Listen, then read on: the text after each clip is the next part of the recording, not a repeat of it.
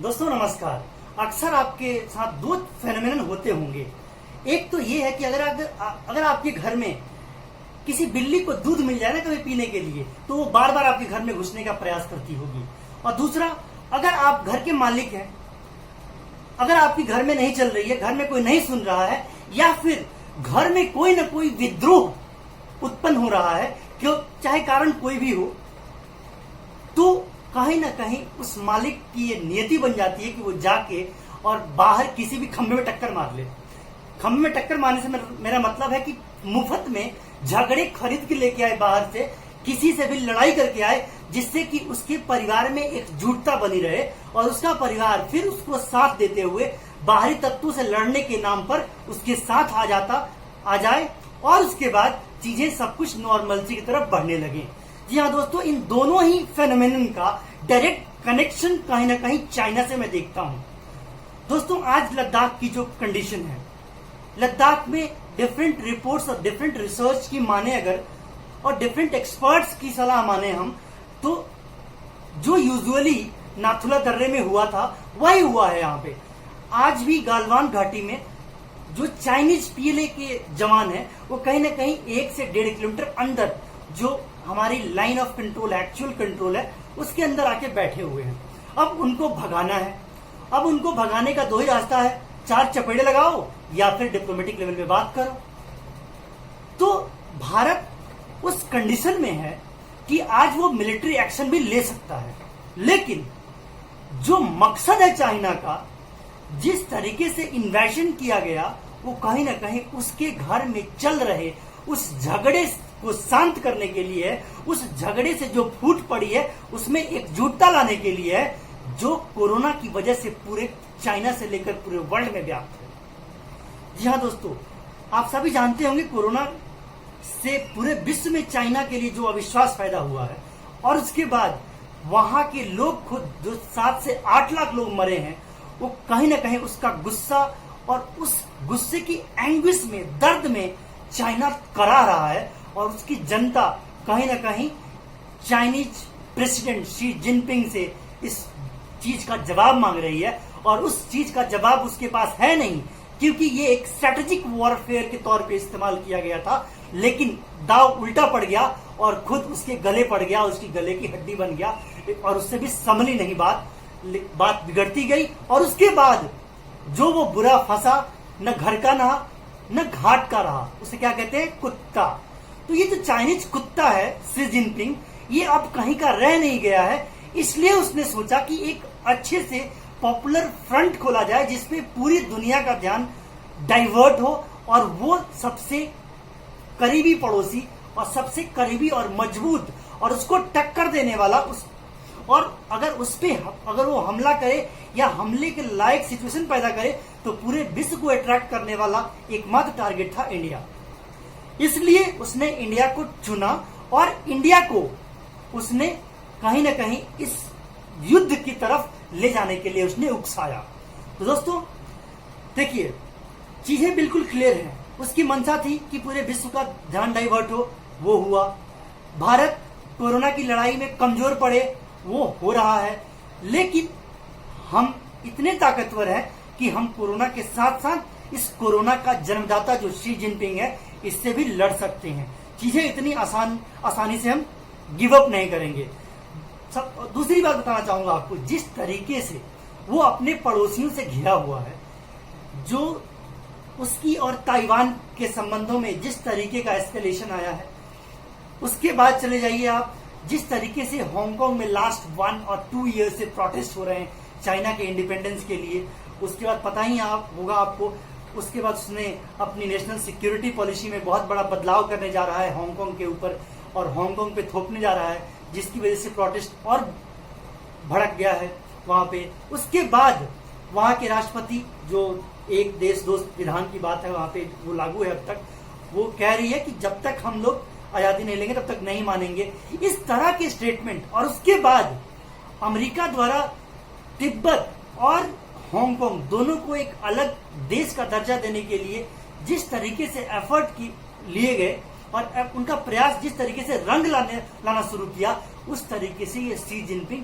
Back foot पे है। क्योंकि कोरोना को जब उसने विश्व पे थोपना चाहा, उसके ऊपर भारी पड़ा, उसके गले की हड्डी बन गया। उससे जो अविश्वास क्रिएट हुआ, उस अविश्वास से कहीं ना कहीं उसकी अर्थव्यवस्था संकट में आ गई। और अभी तो कुछ भी संकट नहीं है दोस्तों, संकट तो अब आने वाली है उसकी, क्योंकि जिस तरीके का माहौल बन रहा है, उसने उस पर जिस तरीके से हांगकांग में अपने नियमों में बदलाव लाने की सोची है, क्योंकि दोनों डिफरेंट है। देखिए, बताना चाहूंगा आपको कि जो चाइनीज रीजन है एक्चुअल और हांगकांग, इन दोनों में हांगकांग सबसे बेहतर है और सबसे विकसित है, क्योंकि वहां पे बहुत हद तक चाइनीज इंटरफेरेंस नहीं था। इसलिए पूरे देश से वहां पे इन्वेस्टमेंट था, बड़ी बड़ी कंपनियां और बड़े बड़े वहां पे कारखाने और बहुत बड़े बड़े इन्वेस्टमेंट थे वहां पे। तो बहुत हिस्सा उसका चाइना का हांगकांग से आता था, जिसके दम पर वो फुदकता है आज। तो जिस तरीके से उसने हांगकांग को भी एक्चुअल चाइनीज टेरिटरी में मिलाना चाहा है, वो कहीं ना कहीं उस वहां के बिजनेसेस को शिफ्ट करने पे मजबूर कर रहा है और कंपनी शिफ्ट हो रही हैं। लास्ट के 10 दिनों में जो रिपोर्ट्स बता रहे हैं, लगभग 30 से 35% वहां की जो कंपनीज हैं या फिर जो इन्वेस्टर्स हैं, उन्होंने पैसे निकाल लिए हैं या फिर शिफ्टिंग की तैयारी शुरू कर दी है। मीन्स 30 to 35% जो है वहां से पैसा निकल रहा है बाहर। हांगकांग बिजनेस की वजह से, बहुत बड़ी मल्टी स्टोरी बिल्डिंग की वजह से, ऊंचे ऊंचे मकानों की वजह से बहुत हद तक खूबसूरती के लिए जाना जाता है। लेकिन जब पैसा ही नहीं रहेगा तो चीजें किस बदतर स्थिति में चली जाएंगी, ये आप कल्पना कर सकते हैं। तो इस तरीके से देखें हम, तो जिस तरीके से उसकी फजीहत घर में या फिर घर के बाहर जिस तरीके से हो रही है, उस वजह से चाइना ने ये फ्रंट खोला और फ्रंट खोलने के साथ ही उसने आक्रामक तेवर अपनाए दोस्तों। लेकिन इस आक्रामकता का जवाब अब भारत को देना है। अब हमारे एंड पे है कि हम क्या करते हैं उसके लिए। मैं बताना चाहूंगा आपको कि सिर्फ और सिर्फ ट्विटर और इंस्टाग्राम पे ये ट्रेंड कराने से नहीं होगा कि हमने boycott China, boycott China. Actually we need to do it. हमें सिर्फ ट्रेंड कराने से काम नहीं चलेगा, हमें उसको करना पड़ेगा, क्योंकि जिस हालात में वहां पे सैनिक बैठे हुए हैं, कहीं ना कहीं ये बताता है, ये दर्शाता है कि चीजें ठीक नहीं है बॉर्डर पे। हमारे सैनिक कमजोर नहीं है, हमारे सैनिक उसी के लिए बने हैं। वो मानते हैं, जब निकलते हैं घर से तो सर पे कफन बांध के निकलते हैं। लेकिन इसका मतलब ये नहीं कि वो जनता से, अपने देश की जिसकी सेवा के लिए जा रहे हैं, उसका कोई कर्तव्य नहीं बनता और वो उनका साथ भी छोड़ दे। मैं दोस्तों बताना चाहूंगा आपको कि जिस हालात में चाइना ने हमें ढकेला है, उससे लड़ने के लिए हमें बहुत जरूरी कदम उठाने होंगे। और उन जरूरी कदमों में एक तो ये है ही कि हम उसका बॉयकॉट एक्चुअली करें और उसको लंबे टाइम तक सस्टेन करें। क्योंकि इससे पहले भी हमने बॉयकॉट चाइना के नारे बहुत लगाए हैं, बहुत नेताओं ने भी लगाए हैं, लेकिन at the end of the day हम ये सोचते हैं कि चीजें सब कुछ नॉर्मल हो गई हैं, जो कि ऐसा होता नहीं है। नॉर्मल करना है तो आप उसको बॉयकॉट कीजिए। अगर चाइना की इकोनॉमी में से 1 अरब कस्टमर निकल जाते हैं, मैं बताना चाहूंगा दोस्तों, उसकी अक्ल ठिकाने आ जाएगी और घुटनों के बल चलकर आएगा इंडिया। जिस तरीके का ये चिमटी नाक वाला जिस तरीके से अकड़ दिखाता है, वो चीजें उसकी खत्म हो जाएंगी और उसके बाद वो कहीं ना कहीं घुटने के बल चलकर इंडिया और इंडियंस से माफी मांगेगा और उसको मांगना होगा। मैं बताना चाहूंगा आपको एक बात, हम बॉयकॉट क्यों नहीं कर पाते। एक्चुअल रीजंस क्या है इंडियंस में। हमें जिस तरह की फैसिलिटी चाहिए होती है, वो इंडियंस गजट, बेशक हम चाइनीज गजट को विशेषण के तौर पर मानते हैं कि अविश्वासी है ये, लेकिन फिर भी उस अविश्वास के भंवर में क्यों पड़ते हैं हम, क्योंकि उसकी कीमत इतनी कम रखी जाती है कि चीजें आसान हो जाती है हमारे लिए खरीदना और उसका उपयोग करना, और जो इच्छा है हमारी उसको सस्ते दामों में, कम दामों में पूरा करने की इच्छा पूरी हो जाती है दोस्तों। बात बिल्कुल यही है, जिससे कि सिर्फ और सिर्फ हम नारे लगाते हैं और हम कुछ कर नहीं पाते। लेकिन आज समय है सोचने का, समझने का, निर्णय लेने का, क्योंकि बॉर्डर पे जिस तरीके का दूध उसके मुंह लगा है, अक्साई चीन लेकर वो बार बार ऐसी हरकत करता रहेगा। और इस हरकत को खत्म करने के लिए बताना चाहूंगा आपको कि उस बिल्ली चाइना का ऐसा बॉयकट करे कि वो आर्थिक फ्रंट पे बिल्कुल कमजोर या मरणासन्न हो जाए, तो वही चीजें बदल सकती हैं। अदरवाइज ये बिल्ली इतनी आसानी से मान नहीं सकती। और इसका सिर्फ और सिर्फ एक ही इलाज है कि हम आगे आए और हम चीजों को देखें, क्योंकि बहुत सारे एग्रीमेंट हैं सरकारों के ऊपर, बहुत सारी दबाव होती है सो कॉल्ड। मुझे तो लगता नहीं है वैसा होना चाहिए, क्योंकि WTO, UN और WHO क्या करता है मुझे समझ नहीं आता।